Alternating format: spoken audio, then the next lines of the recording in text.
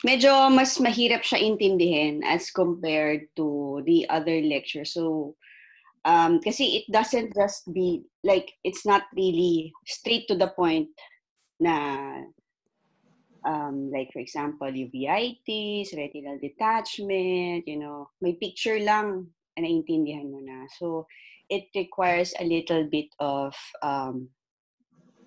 talaga understanding, no? So, hopefully, you bear with me. I'll try to explain it as simple as I can possibly explain it. Okay, so this morning, our lecture deals with motility, strabismus, and amblyopia. Okay. First of all, I would like to introduce to you the concept of binocular vision. Okay. It's one of the very important concepts in ophthalmology because when you say binocular vision, it's the use of both eyes. Okay? You're using both eyes for optimized seeing, for optimized viewing. You know that when you look with just one eye, comparing it with using both eyes together, mas better ang nakikita mo. Why? You have a wider field. Mas malawak yung nakikita mo as compared. Ito lang, with both eyes, you have a wider field. And aside from that, the cooperation of the two eyes provides you depth perception. Okay? Without using without using both eyes, you don't have depth perception. Okay? You try going around your house with one eye covered, and you'll discover it's not easy going up the stairs, no? So nawawala yung depth perception mo kapag isang mata lang ang ginagamit mo. Okay? So, of course, requirement for binocular vision is that when you're seeing at a target, you should maintain that target on the fovea of your two eyes. Okay? Fovea of your right and left eye. Okay? So, to be able to maintain that target on the fovea, you should have good eye alignment. You should have good eye movement or motility to be able to maintain that image on the foveas of your right and left eye. Okay, so conversely, we'll also be talking about the abnormalities in your alignment and in your motility, which is your strabismus. Okay, that's why magkasama sila. And then, of course, strabismus is one of the causes of your amblyopia. Okay? Amblyopia means poor vision, most of the time in one eye, because hindi mo siya na-optimize ang development. There's something that's blocking the vision on that eye. Okay? So the objectives of the lecture for this morning is, number one, to understand the important role of normal ocular alignment and motility in binocular single vision. Of course, we're going back to the extraocular muscles with emphasis on anatomy, action, innervation, and to understand the laws on ocular motility. Number three, to discuss amblyopia and its causes.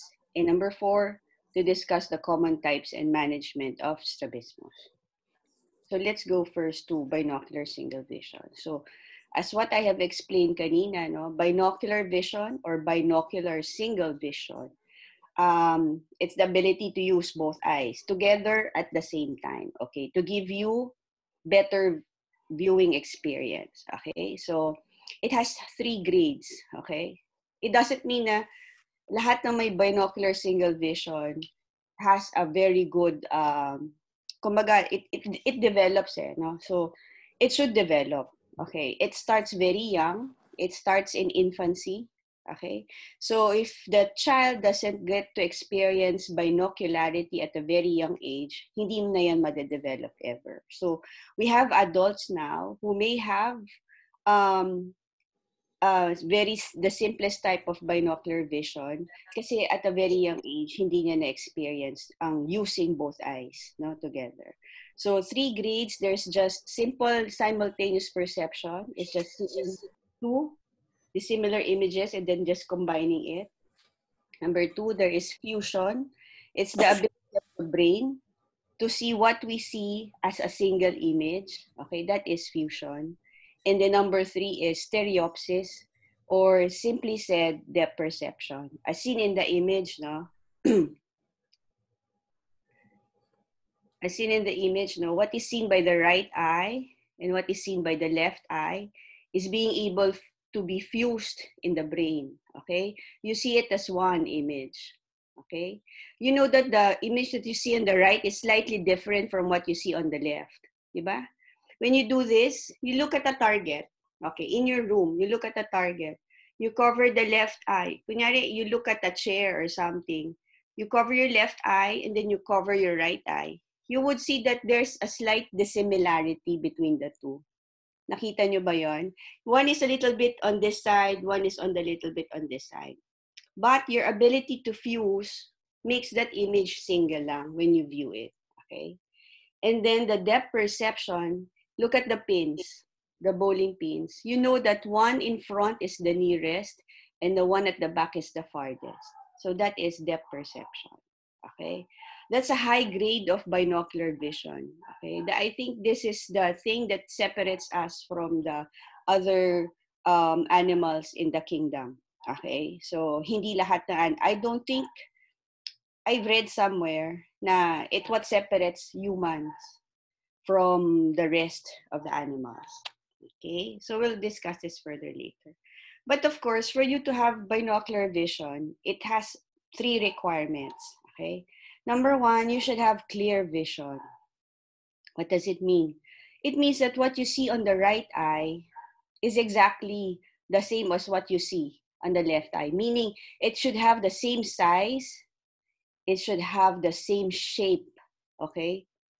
Kasi kung hindi yan similar, you won't be able to fuse. Okay?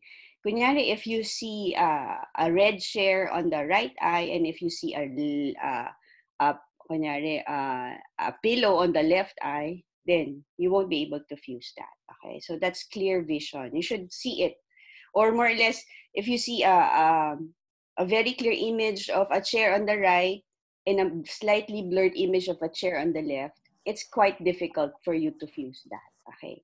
Sensory fusion just means that the image, like for example here, image X should be seen at the fovea of the right and should be seen at the fovea on the left. Okay? Kasi that's normal retinal correspondence. There's normal correspondence between the two eyes. Okay? Point A should also correspond to point A in the other eye. Okay? So for you to be able to see a single image, it should fall on corresponding areas on your retina. Okay, that's normal retinal correspondence. If you're looking at an image on the temporal side of the field, it should fall on corresponding retinal areas on the nasal side on the left and on the temporal side on the right. Okay. If it falls on non-corresponding areas, then you would see double vision. Okay? And of course, what's important for today is motor fusion. As I've said earlier, to be able to maintain that target on corresponding retinal areas, your eyes should be moving together in tandem. Okay? To be able to maintain it on the corresponding retinal areas. Because for example, meron kang tinitingnan. Okay? For the boys, may tinitingnan kang girl. Okay? So, crush mo yon. So, tinitingnan mo siya, sinusundan mo. Eh, what if yung isang mata mo hindi gumagalaw? Okay? Yung girl pumunta sa kanan. So, when you look to the right, one eye stayed put, the other eye moved. So, anong nangyari? You would see double. Okay? Kasi it's not moving together in tandem. It should always be moving together at the same time, at the same pace. Okay? Did everybody get that? Nakuha nyo ba yon? So, the importance of motor fusion, okay? Para ma-maintain mo yung image at corresponding retinal areas for you to be able to see a single percept. All right. So tapos na tayo sa objective number 1. That's just an introduction. Ano? So binocular vision. Now we'll go to the extraocular muscles. How many extraocular muscles do we have? 7. 7. But we only use 6 for eye movement. Okay, remember that. We have 7, but we only use 6 for eye movement. So you have 4 recti and you have 2 obliques. Okay. Of course, when you talk about muscles, there's origin, insertion, etc. Okay. So the 4 recti muscles originate from the orbital apex. Okay, from a tendinous insertion called your annulus of Zinn. This one. Okay. And the superior oblique also comes from the orbital apex, a little bit medial and superior to your optic nerve. Okay. The superior oblique is your longest extraocular muscle, around 40 millimeters. Okay. And it's the thinnest. Okay. As you can see, it's the thinnest. Okay. The inferior oblique is the only one that originates from your anterior orbit on the orbital floor near the nasal bone. Okay. So they are named after their insertions. For example, superior rectus, it inserts on the superior sclera. That's why it's called superior rectus. The lateral, ganun din. No? Okay. So the obliques, superior oblique, inferior oblique. Okay. What else? So, of course, ang muscle, they have their own innervation. Okay. I think the extraocular muscles are very important because you see, the three cranial nerves innervate the eye. No? Just the muscles. No? Imagine out of the 12, tatlo ang nag-innervate the extraocular muscles. So, for you just to remember, very simple, this mnemonics, LR6, SO4, and the rest is 3. Okay. Self-explanatory, you know this. 6th nerve for the lateral rectus, 4th nerve, so the trochlear for the superior oblique, and the oculomotor for the rest. Okay. Out of the 6, 4 for the oculomotor. And of course, may action. Okay. So, I told you before, when we still have the blackboard, I would try to explain it to them without even memorizing this. They'll be able to tell me the action immediately. Okay. But since I can't do that, I can't seem to find a way for you to help you with that. I'll just give you a simple mnemonics also. Okay. Okay. Before we go there, see, the horizontal muscles, meaning your lateral and your medial recti muscles, only have primary actions. Okay? Yun lang yan, very simple. But when you go to the vertical muscles and the oblique muscles, they both have secondary and tertiary actions. Okay? How to remember this? I'm so sorry, you have to remember this because it's really given the exams. Sin, rad. Okay? Sin. Superiors are intortors. Okay, both the superior muscles, superior rectus and the superior oblique, are intortors. Okay?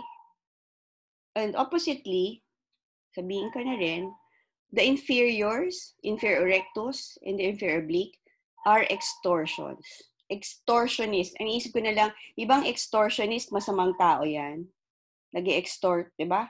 Mga inferior na tao yan. So, yun lang yun. Madaling tandaan. The inferior people are extortion. Inferior muscles are extortionists. Produces extortion. Okay? And then the rad. The recti are abductors. Yan. The recti muscles are both adductors. Okay? So, sin, rad. Very simple na lang yan. Sin, rad. Okay? So, important ang actions kasi dyan nagmumula ang ating discussion. So, let's go now to eye movement. When you see a patient in the clinic complaining of problem with eye movement or misalignment of the eye, we try to check the movement of the eye, no? Okay. So, if I ask you to do an eye examination on motility, there are 2 ways to examine the eye movement. One is monocular eye movement, and the other one is your binocular eye movement. when you say monocular eye movement, tatakpan mo isang mata. Okay? That's monocular. You ask a patient to look up, down, left, right. That's monocular. But if you use both eyes, if you're going to look at both eyes to be examined, you call that versions or vergence. Okay? You look up, so sabay sila. You look down, you look left and right. That's version. Okay? And then vergence is the opposite. I'll tell you later. So let's go first to ductions. Okay? So in medicine, we try to give you like better terms. Okay? So it's not just looking up, looking down, looking left and right. We want to hear nice words like elevation. Okay, looking up is elevation. Looking down is depression. This is elevation, depression. Looking at the lateral side, sa ear, malapit sa tenga, is your abduction. Okay, abduct. And then looking sa nasal side or the medial side is adduction or adduction. And then if you're going to intort or extort, a torsional movement of the eye, okay, this is extorsion and this is intorsion. Okay, how do you say extorsion? When the 12 o'clock position of your eye or the cornea, we always say that, when the 12 o'clock position of your cornea rotates to the temporal side, that extorsion, that is extorsion. But when the 12 o'clock position of your eye moves, rotates towards the nose, that is intorsion. This is not a voluntary movement. I don't think you can do that. I haven't seen anyone who's able to do that. But when you try to tilt your head, like for example in the picture, you tilt your head to the left.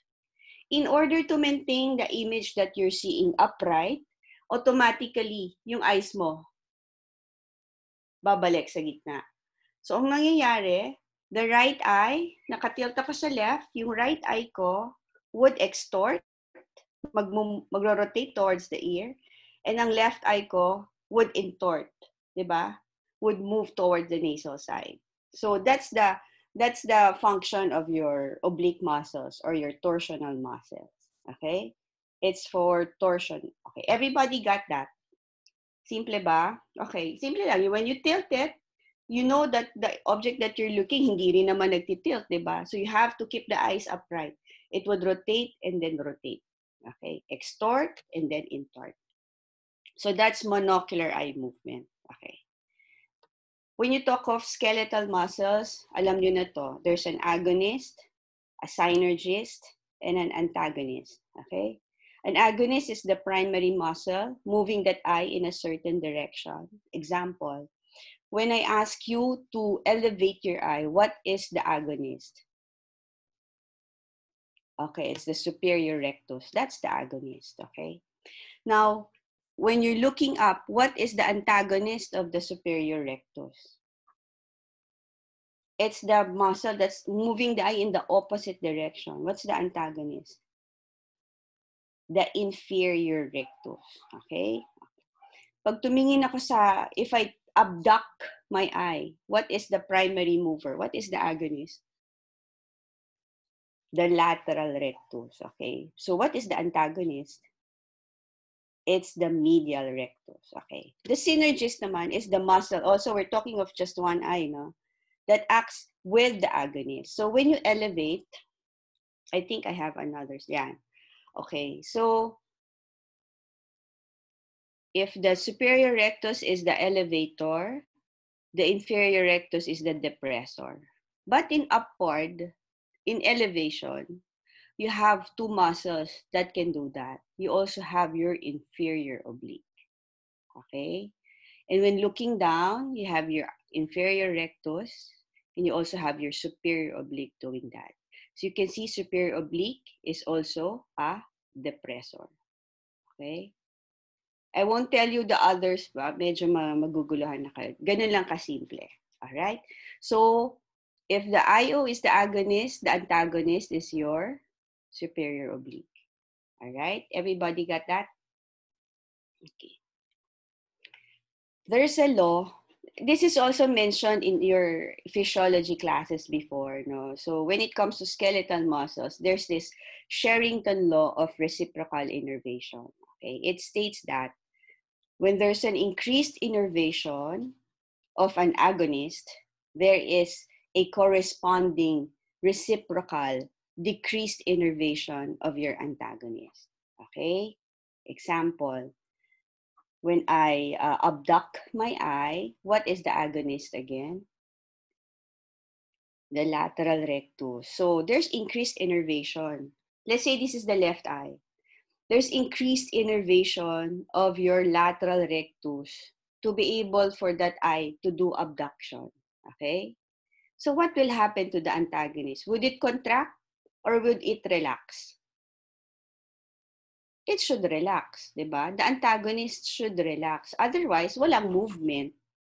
Okay? Ang sinasabi lang sa Sherrington, equal ang amount. Equivalent, okay? The amount of innervation or contraction should be equivalent to the amount of relaxation. Okay? So for example, if I do abduction of a +5 ang innervation ko, the medial rectus should relax -5. Okay? It should be just equal. So I'll give you time, 3 seconds para Did you get that? Okay lang? Sherrington's law, it's reciprocal innervation. Okay. Imagine if the lateral rectus contracts and the the medial rectus, instead of relaxation, nagko-contract din siya. What would happen? Would there be eye movement? None. Okay. Because both of them are contracting, it would just probably, kunyari, ito yung globe, ito yung muscles. Pag nag-contract parehas yan, ire-retract niya lang ang globe. Aatras ang mata. But there wouldn't be any movement. Okay? So, get that? That's an important law. Now, let's go to, tapos na tayo sa monocular eye movement. Now, we will go to binocular eye movement. Both eyes. Testing both eyes together. Okay? So when you talk about binocular, you talk about versions. Okay? Ang versions, also known as gaze. So hindi na siya elevation, hindi na siya depression. It's now gazes. It's called up gaze, down gaze, left gaze, right gaze. Pag sinabi mo, narinig mo yung word na gaze, ibig sabihin, you're talking about movement of two eyes. So there is there's up, down, right, left, right and up, right and down, left and up, left and down. Okay, so that's gazes. So they are together, in all directions, sabay sila. But there's another type of binocular eye movement that moves the eye in opposite direction. Okay? And that is what you call vergence. Okay. Vergence naman, it's in opposite. So if you have this mata, you have your eyes. If you ask to converge, opposite, diba? They move towards each other and then diverge. Ganun din. So it's not a conjugate eye movement. Okay? This time it's opposite. Okay? How do you examine for convergence? You ask the patient to look at a target, move it toward him or her, and then you would see that the eyes would converge. And then if you remove the target, you would see that the eyes would diverge. Okay, so that's convergence and divergence. Okay, the second law. Okay, we only have 2. Salamat. Dalawa lang law natin. Even my residents, they are confused with this. So the second law is I have to introduce first yoke muscles. Okay, yoke muscles are the muscles, one in each eye, that are the prime movers in a certain position of gaze. Okay, so when you talk of gazes, you talk of versions, you talk of both eyes. So merong partner muscles, in a certain gaze. When I ask you to do a left gaze, okay, this is a right gaze. What are the yoke muscles acting on the eyes to make that movement possible? Of course, you have your right lateral rectus and you have your left medial rectus. Okay? So they are partners. Pag tumingin ka sa ganon, on the camera, pag tumingin ka sa ganon, you have your, ay, ang hirap pala pag baliktad. Anyway, you look to your right, okay, you look to your right, anong muscle na nag-contract? It's the right lateral rectus and it's the left medial rectus. Okay? Get nyo yun? Okay. In the same way, ganun din. What if I look up? Naman sabihin ko, up gaze. What are the yoke muscles involved? Straight up. Sabihin na natin, very simple. The right and the left superior rectus. Okay? So, now, let's go to the second law. The law of equal innervation. It's the Hering's law. Okay? It just states that simultaneous innervation of the yoke muscles produces equal force when the eyes move in a certain position of gaze. Okay. Very simple. If the patient looks to the left, okay, the lateral rectus receives this amount of innervation, and then simultaneously, the medial rectus on the other eye receives the same amount of innervation. It should be equal. Why? Ito yung mata mo, looking to the one side. Yung yoke muscles niya should have equal innervation. Otherwise, pag isa plus 5, isa plus 2, then hindi equal yung movement ng mata mo. So, do you think the image would fall on the fovea of the right eye and fovea of the other eye? Not anymore. Kasi hindi na sila sabay, di ba? Pag tingin ito dito, this one, konti lang, you would have double vision. Kasi it wouldn't fall on corresponding retinal areas anymore. So, that's the importance of these laws. So, you have this equal innervation. So, you talk about yoke muscles, and you have your reciprocal innervation when you talk about agonist and antagonist muscle. Very simple. Okay.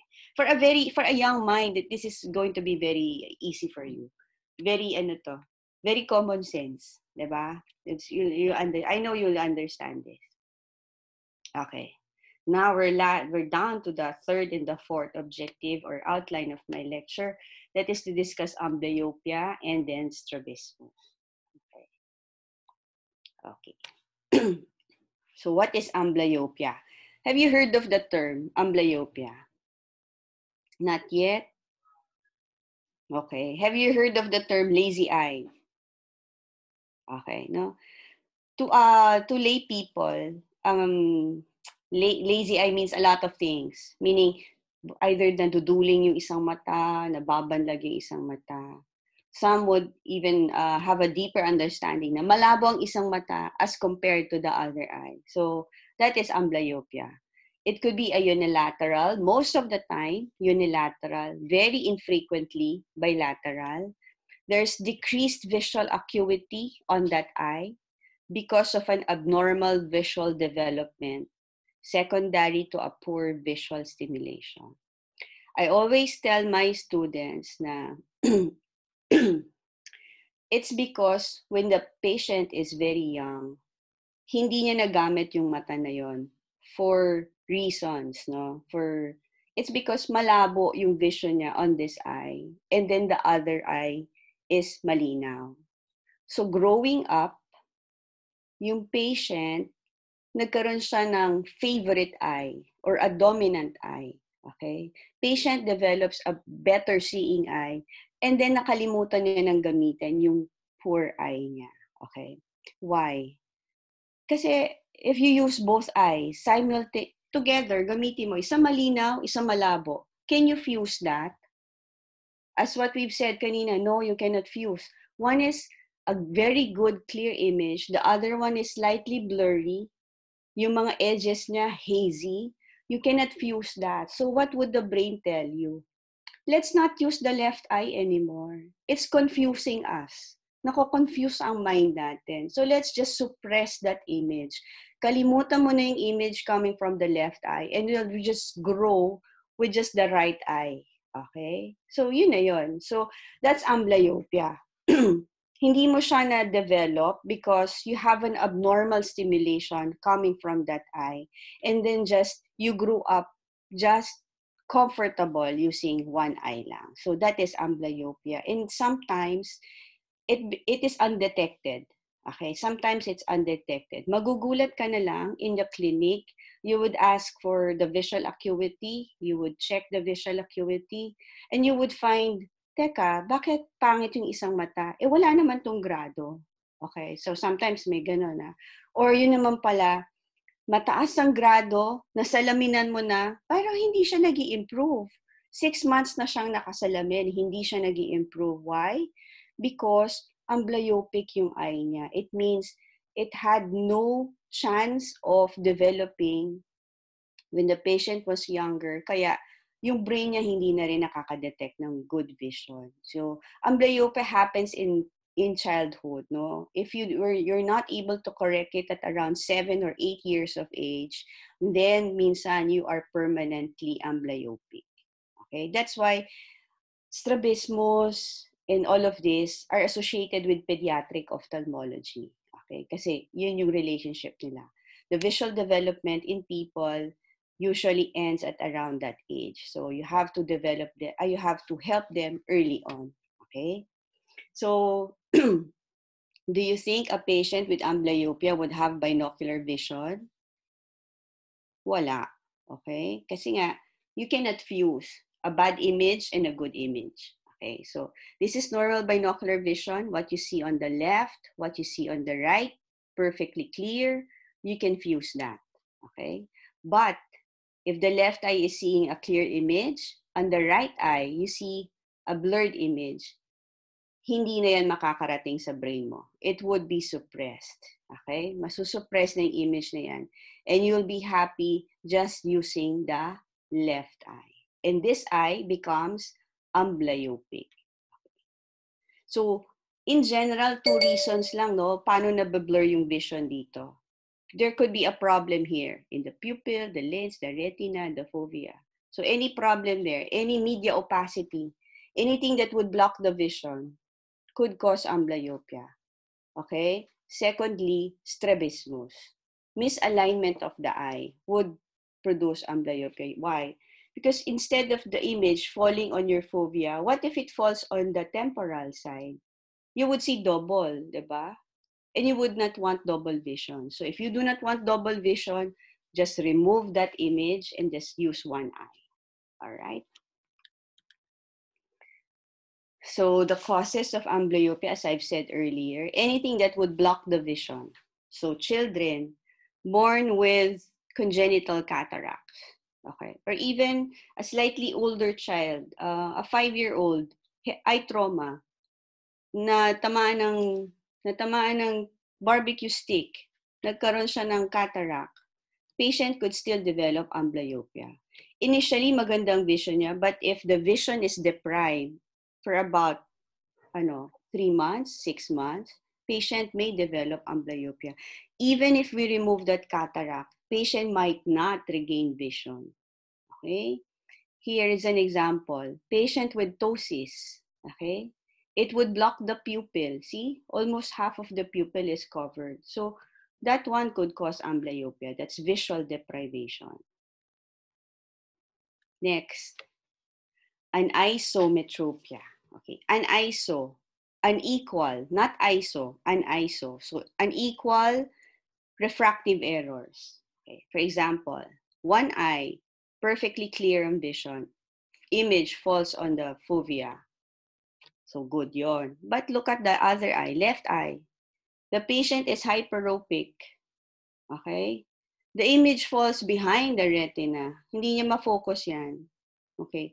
So the person would have eye preference for this eye and then suppress the image on this eye.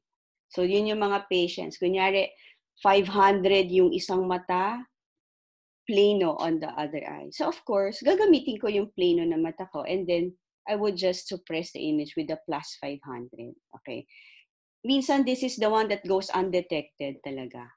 Kasi akala ng parents, Malinaw ho mata niyan. Wala naman ho yung problema. Nanonood yan ng TV, hindi naman malapit sa screen. It's because isang mata lang pala yung gumagana and yung isang mata niya, hindi niya ginagamit.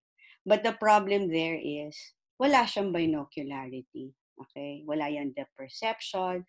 In the future, pag gusto niya maging piloto, hindi pwede. Kung gusto niya maging seaman, hindi rin pwede. So you have this, no? I remember I had a patient, graduate na siya ng PMA. Okay, PMA year na siya. And he wanted to get into the Air Force.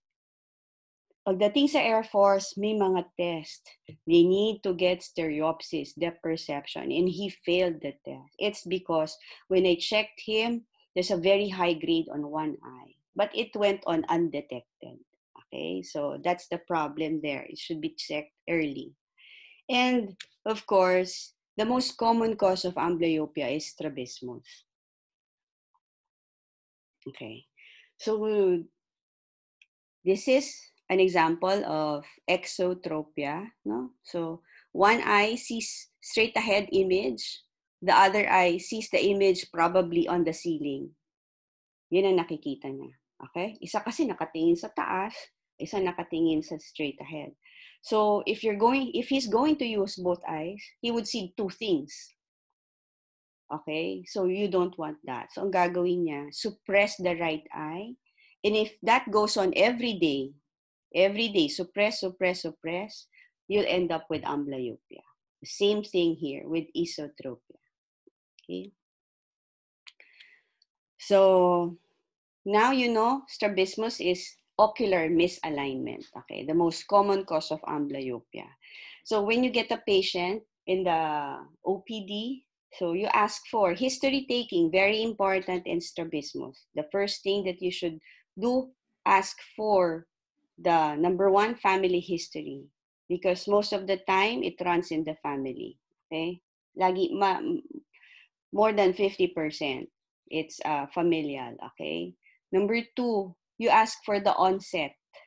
Kailan po nyo napansin nanduduling yung anak nyo, okay? It could be congenital if it's less than 6 months of age onset, or acquired, okay? Number three, you ask for the type of the deviation. Is it an inward deviation, esotropia? Outward deviation of the eye, exotropia? Upward or downward, okay? What is the onset of the deviation? I mean, is it an intermittent? Paminsan-minsan lang siya nababanlag? Or is it constant? The onset, is it gradual? Or is it sudden? Okay? Iba-iba yan. So, if it's a gradual type of esotropia, different yan from a constant or an abrupt. Okay? Is it monocular or alternating? So we have that, no? It's not that all the time isang mata lang naduduling. Sometimes it could be an alternate type of strabismus. Like in the image, no? Sometimes right eye is straight, left eye exotropic. Minsan naman left eye is straight, right eye exotropic. So it could be an alternating type. So the first examination that you should do on a patient with strabismus is, of course, visual acuity pa din. Ha? Laging visual acuity. And then you go on with your motility testing. So when you see a picture of this, we have nine positions of the eye. You call this the cardinal positions of gaze. You have your primary, which is the straight ahead. The secondary is the up, down, left, and right. That's the secondary positions. The tertiary positions are your obliques. Right and up, right and down, left and up, left and down. Okay? Hindi na ako magdedetalye dyan. Another way to check for alignment, very simple. Ito magagamit nyo pag nag-moonlight na kayo. Okay? With the use of pen light or a flashlight even. You check on the corneal light reflex. Okay? This patient came in, my patient, parents said, duling po yung anak namin. So, okay, let me check. Okay. With just use of the pen light, you look at the corneal light reflex. Look, it's centered on both eyes. If it's centered on the cornea, centered on the pupil, then the patient has no strabismus. Okay? Grossly looking, mukhang naduduleng, diba? But when you do your examination, it's straight or orthophoric. So you call this a pseudostrabismus. Okay? Look at the other eye. Look at the corneal light reflex. On the left, it's centered. But on the right, look, it is displaced on the nasal side of the cornea. Then you know that the eyes are not aligned. Okay? So this is exotropia. Another way of course, no, if the patient would be seen by an ophthalmologist, we don't stop now with just the corneal light reflex. We can do a Krimsky test. Okay? Everybody knows what a prism is. It's a triangular piece of glass or plastic, no? It could displace an image. See, the line, nagdi-display siya. So, in examining a patient with strabismus, we put the prism on top of the eye until we displace the corneal light reflex to the center. Okay? It could start like this, but if you keep on putting the right amount of prism, then you can see alignment of the eye. So based on this prism, it has a certain grade. May grado yan. So you would know how much the deviation is, how big the deviation is. Okay, so look at this patient, exotropic. When you put the prism on top, nag-align na sila. Okay, that's the Krimsky method. Another way, very easy also, is your Bruckner's test. Okay, you know your ophthalmoscope? Baka nakalimutan nyo na. So your ophthalmoscope, what do you use it for? You look for the, you try to examine the internal eye, diba, with your ophthalmoscope. But this one, from a distance, like siguro an arm's length, you turn on your ophthalmoscope, you try to get the red-orange reflex of the eyes. Simultaneous, ganun kalaki yung ilaw, you see the red-orange reflex sabay, and you would see that a patient with strabismus would have a brighter red-orange reflex than the straight eye. Okay? That's your Bruckner's test. And of course, medyo sophisticated na would be your cover test. Just to see the video.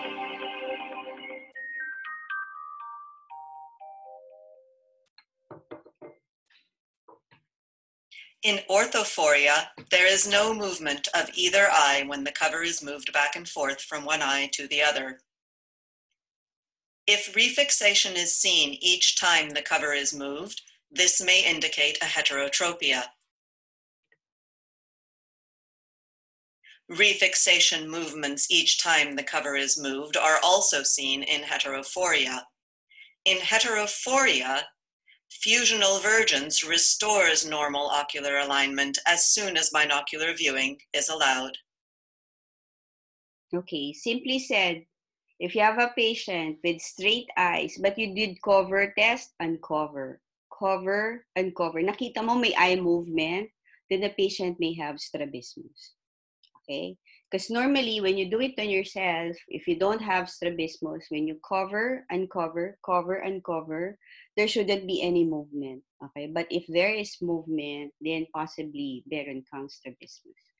So what are the common types of strabismus? You have first, your congenital esotropia. This is a type of esotropia, meaning no inward deviation of the eyes, that it's seen less than 6 months of age. It's very obvious kasi it's a big deviation. You wouldn't miss it, really. It's a big deviation. It's constant. It's always there.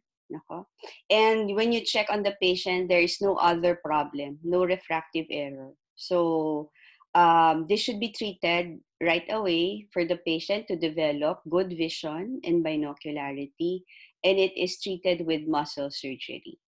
Okay? Outright yan, operation. Okay? Second one, your refractive accommodative esotropia. Okay? Don't be afraid of the big terms. Ang haba, refractive, accommodative, esotropia. Simple lang yan. Refractive, may grado yung bata. Okay? Like for example, here, Patient is isotropic. But when you put the correct eyeglasses, straight na yung mata niya. Why? If the patient has grado, patient has refractive error, like it's a plus 500, the patient sees blurry. Okay? So what would the child do? I'll try to focus it. Focus ko, titingnan ko mabuti. But when you do focusing, what happens? Di ba you accommodate? The lens change in the shape. Di ba? Nag-autofocus kasi lens natin eh. When the lens changes its shape, it accommodates. But there is a corresponding, it's a synkinesia. Okay? Yung eyes mo would converge also. Remember when you accommodate, when you try to look at something near, your eyes would converge, the pupils constrict, and then the lens would change its shape or accommodate. The more you accommodate, the more convergence. Okay? So, pag accommodate ka ng accommodate, focus ka ng focus, converge ka ng converge, you'll end up isotropic. Okay? Sa sobrang labo ng mata nila, gusto nilang mapalinaw, they'll end up like this. But when you give the glasses, the eyes would relax, the eyes would not accommodate anymore, then the eyes would be straight. Right? Nakuha nyo yun? Nakuha nyo. Alright. So just look at the triad of accommodation. It's pupil constriction, lens accommodation, and convergence of the eyes. Now, you know this already, sensory deprivation. Anything that would block the vision in one eye, you could end up with strabismus.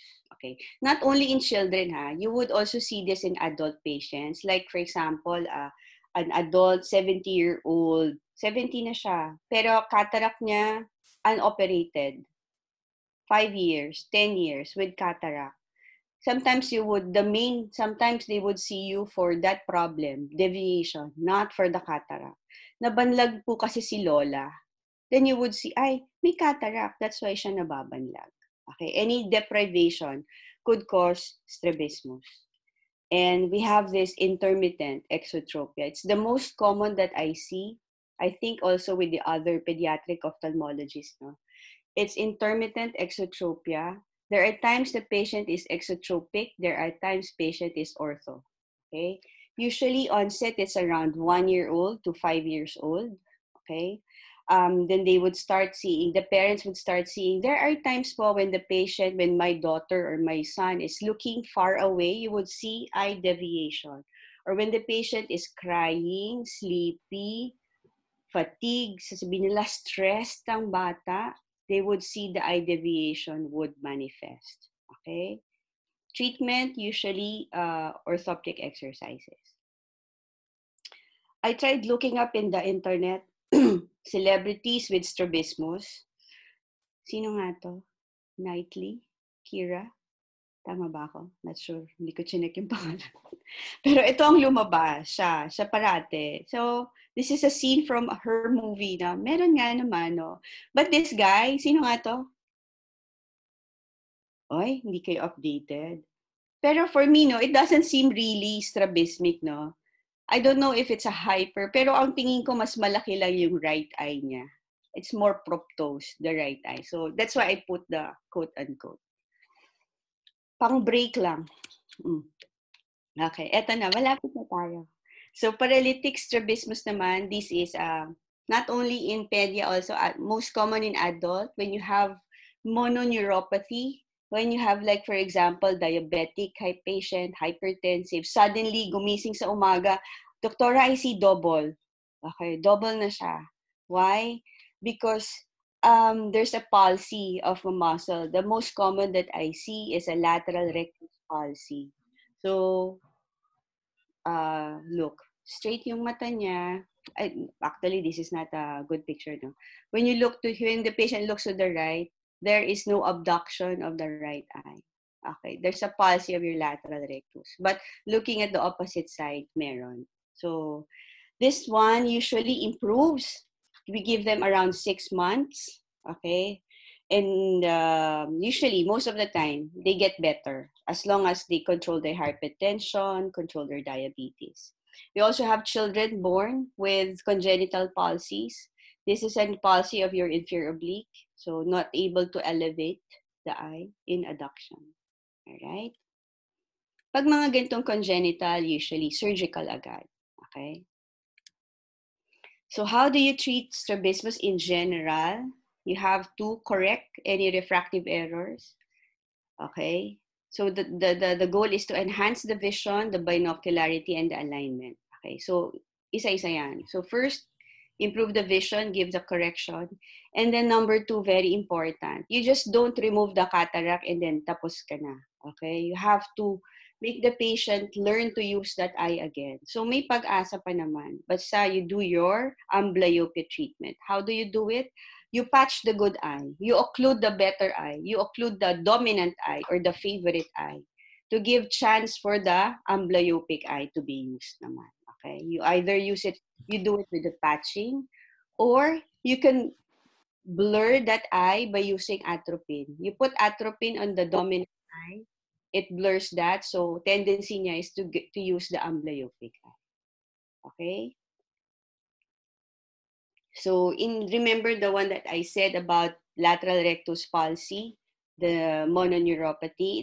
It's a type of a stroke, no? So while awaiting for that 6 months for that patient to get better, we can use prism glasses. So remember the prism that we used here? Hindi naman ganyan kakapal nilalagay sa salamin, ano? So the least amount of prism, or there's different types of prism, and it's incorporated in the eyeglass that could relieve the patient of the double vision while awaiting for recovery. Okay? And of course, muscle surgery. Okay. In cases of congenital strabismus, in cases of decompensated, meaning yung intermittent na strabismus na naging permanent na despite treatment. Okay. If, for example, sino to? I forgot her. Si Clinton, example, si Clinton, despite 6 months of waiting, hindi talaga siya nag-improve, then we have to do a muscle surgery. So basically, muscle surgery is resection, and transposition of the muscle. Very simply said, for example, you have a patient here with a hypertrophy of the right eye. So you need to straighten that eye. What do? You resect part of the inferior rectus. So this is your eye, you have your inferior rectus, you have your superior rectus. Para bumaba yung mata, this muscle should be shortened. Okay? You shorten the inferior rectus to pull it down, and then you should relax or weaken the superior rectus to help it go down. So, nangyari, you cut a portion of the inferior rectus, suture them together, now it's shorter. And then the superior rectus naman, you recess it, you move it back to make it weaker. Okay. If you have something that you bring it back, you see the pull here is strong, but when you pull it back, the pull is weaker. So that's muscle surgery. Okay? Basically, hindi lahat ganyan kasimple, but basically, ito ang, and then also you have transposition of the muscles. If you have a weak muscle, palsied lateral rectus, you transpose the superior and the inferior rectus to help it move to the center again. Okay? So I think that's it. That's the end of my lecture. Thank you. If you have questions, yeah, we still have a few minutes. I hope you understood, Nagets nyo ba? Naintindihan nyo naman? Sabi ko sa inyo, pahirap na yung OFTA. Lalo na pagdating ng pharmacology. Hindi. Simple lang yan. We won't naman like punish you or something to give you very difficult tests. Ako, I give simple questions for the exam. Because when I was a student also, I had difficulty in ophthalmology. So, I understand. So I hope you learned something from the lecture, no?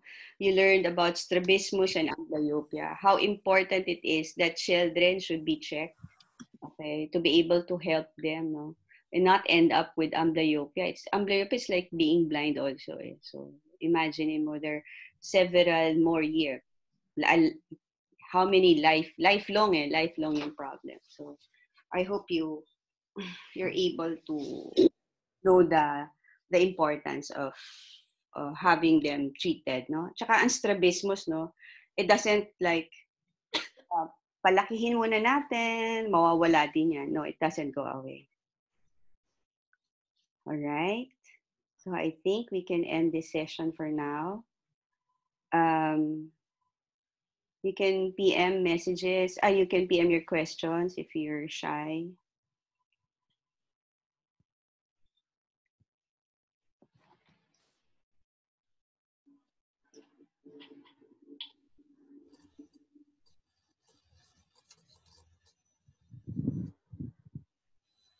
Doc, there's a question po sa chat. Okay. Ay, sorry. Sige. Pakibasa nga. Sorry, nasa ano kasi. How do you correct pseudostrabismus po? Pseudostrabismus is just brought about by like yung nasal folds mo dito, yung skin ng bata dito sa ano. It's very wide. That's why it gives a false impression of esotropy. You just reassure the parents that eventually po, no, when the child grows older, the facial contours would change and then the pseudostrabismus would not be that obvious anymore. Okay. But of course, you never say, never na ho yan magkakastrabismus. Always there is a possibility. Lahat tayo, pwede tayo magkaroon ng strabismus. So, just give them a reassurance that eventually po, it will be less noticeable when the nose bridge grows and then there are changes in the face, then it would look a little bit better na.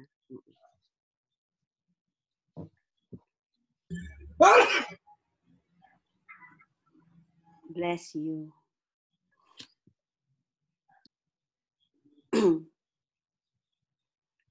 Kit Kat? Yes po, ma'am. Oo. Paano ba ito? Do we wait for the next group? Same. If there are no questions, they can leave na. Okay. No more questions? Okay. Sige. Salamat. Thank you. Thank you, Doc. Thank you, Doc. Thank you, Doc.